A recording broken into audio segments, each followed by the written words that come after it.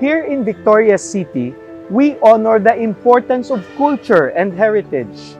We believe that we live in a community born out of the collective efforts of both our past and present leaders.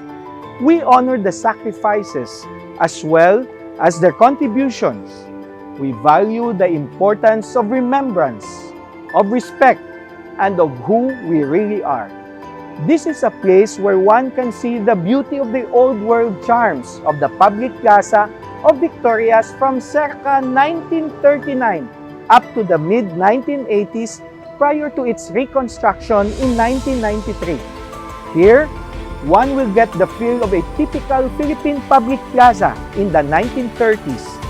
It's for the older generation to be able to recall the time of the plaza during their younger years, and for the millennials to appreciate the beauty of the past.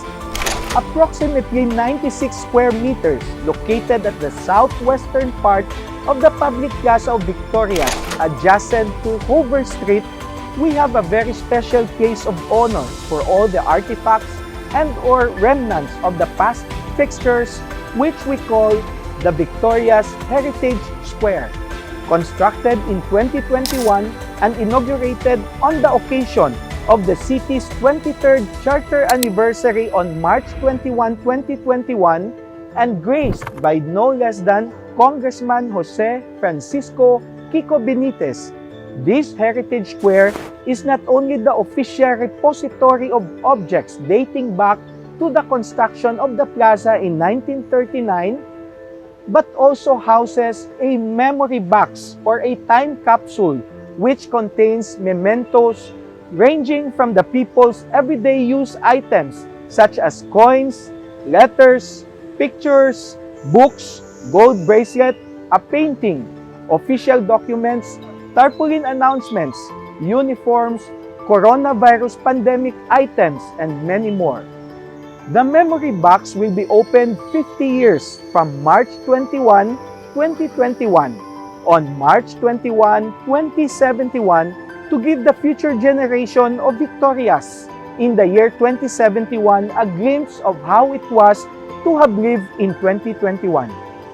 Among the items that can be found here in the Heritage Square are these 1939 Commonwealth-era benches which adorned the plaza until they were removed during the reconstruction in 1993.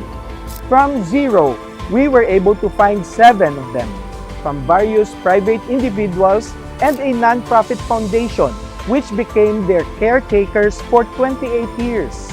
Thanks to Kaayong Lawas Foundation for returning 3 benches, Mrs. Gloria Panesa, Mrs. Jana Montepillo Villanueva, the Agustilo Flor family, the family of the late Mrs. Remy Hanagap. The benches bear the donors' names from the prominent Victoriahanon families like Emilio Hicena, who was a municipal councilor at that time in 1939. He was also the son-in-law of 1918 and 1922 Presidente Municipal or Municipal Mayor Gervasio Miraflores. Mercedes Viuda de Jereza. I found her grave at the Victoria's Public Cemetery, and she was born in 1896 and died in 1987 at the age of 91. She was 43 years old when she donated the bench in 1939. Edgardo V. Ascalon. A family member said that Edgardo was just an infant in 1939 when that bench was donated. He was the eldest son of Mayor Policarpo Ascalon, who served Victorias from 1906 up to 1908. Vicente Ardoza. He was mayor of Victorias from 1922 up to 1926. It was during his time when there was an influx of migratory workers to Victorias due to the opening of Victoria's Milling Company in 1919. Arturo Ardoza was the son of Mayor Vicente Ardoza, born in 1916 and died in 1996 at the age of 80 years old. He is also noted for joining the underground movement who fought against the Japanese invaders in World War II. His name is inscribed in the World War II Veterans Memorial Square in the public plaza of Victorias, the Chinese Labor and Commercial Association, probably what we know now as the Chamber of Commerce, and a certain Anastasio de Castro.